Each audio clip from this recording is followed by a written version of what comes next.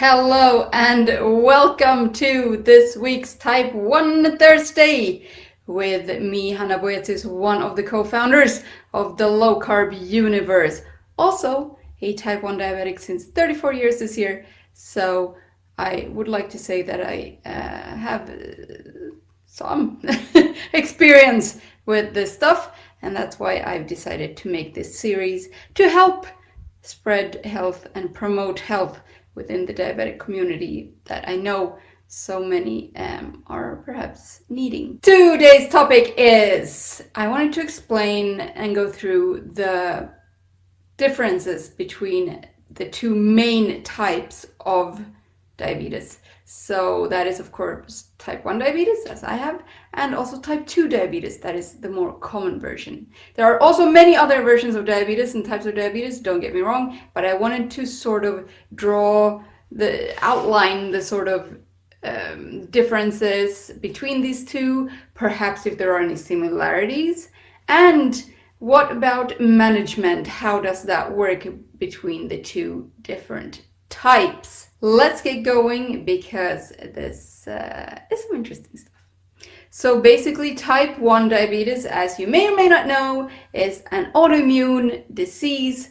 That means that my beautiful immune system has decided that those insulin producing cells looked a little bit dodgy when I was 2 years old and kicked them out of commission, which is of course not great, because that means that I and all other type 1s will have to inject insulin for the rest of our lives. No matter what we do, no matter whether we go low carb, no matter if we go carnivore, no matter what, we will always have to inject some insulin. Perhaps not as much as when on the standard American or Western diet, but still a bit, so that we keep our engines running, because insulin is of course the master hormone and is very much needed. So if you don't produce any, you have to add some.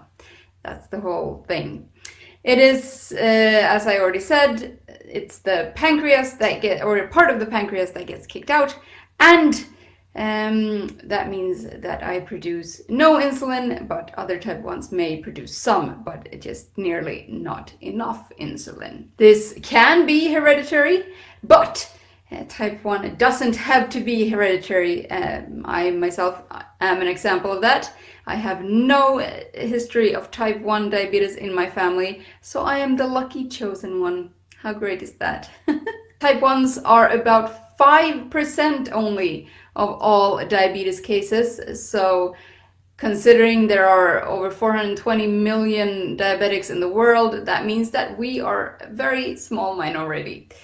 I'm not sad about this, because I don't wish this on anyone, but it does explain that we have to do a little bit more advocacy for our type of diabetes, because we are not maybe represented as much as the type 2s. The onset of type 1 diabetes can be very sudden and is usually discovered within weeks if it's not LADA or MODY or these other sort of side types of type 1. You will be very, very sick, and the symptoms are frequent urination, thirst, incredible unquenchable thirst, falling asleep everywhere, because of course your blood sugar is skyrocketed high. So there are a few warnings to look out for, and these can of course also be mistaken for the common flu. So, you know, don't wait in case you are in case you have this suspicion. Go and check it out if so it happens to a family member or something. There's also, of course, no cure for type 1 diabetes.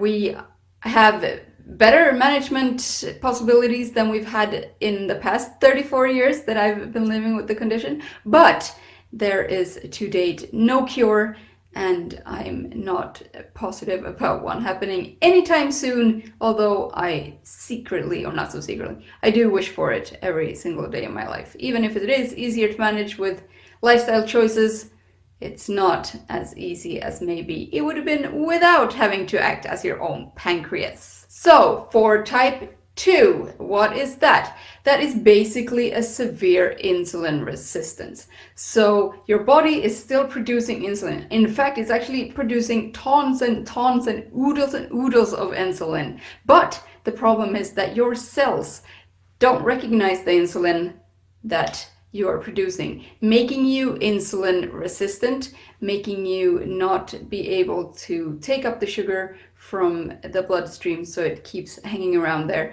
And that is why you have higher blood sugar in type 2 as well. Basically, the body does not recognize its own insulin, and this can of course be very tricky, but there is, of course, a lot of things that you can do to improve insulin resistance, even as a type 1, but definitely as a type 2. Type 2 can be lifestyle related, or it can also be hereditary, but the lifestyle part is a majority of the cases. Diabetes cases that are type 2 in comparison to type 1 is basically the remaining 95%. That is type 2 and 5% is type 1.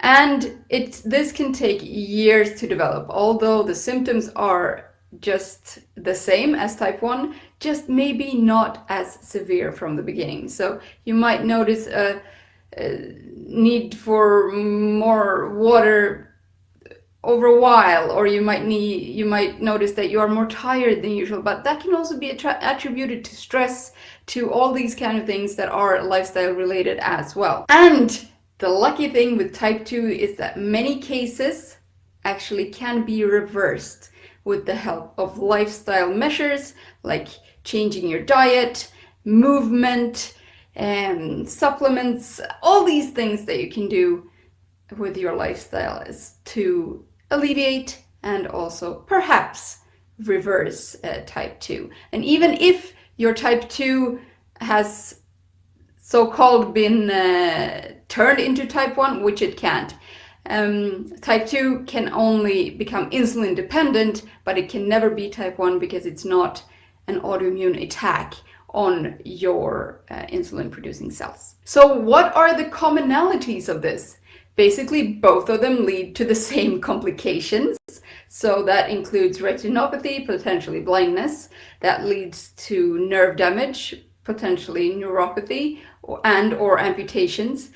It also can lead to kidney problems and nephropathy. It can lead to cardiovascular disease. It can lead to stroke. All of these things that aren't so nice with diabetes is actually attributed to the high blood sugars or the constant fluctuations in blood sugar, and not the diabetes itself. So if you manage to keep your diabetes at bay and keep your blood sugar at a normal, healthy level, then the risk of complications, DKA and all these things is very, very, very small, or very much smaller than if you don't and you go between sort of minimum and maximum at all times. What else that is similar is that you of course have the same goals. You have the same goals of achieving normal, healthy, stable blood sugars.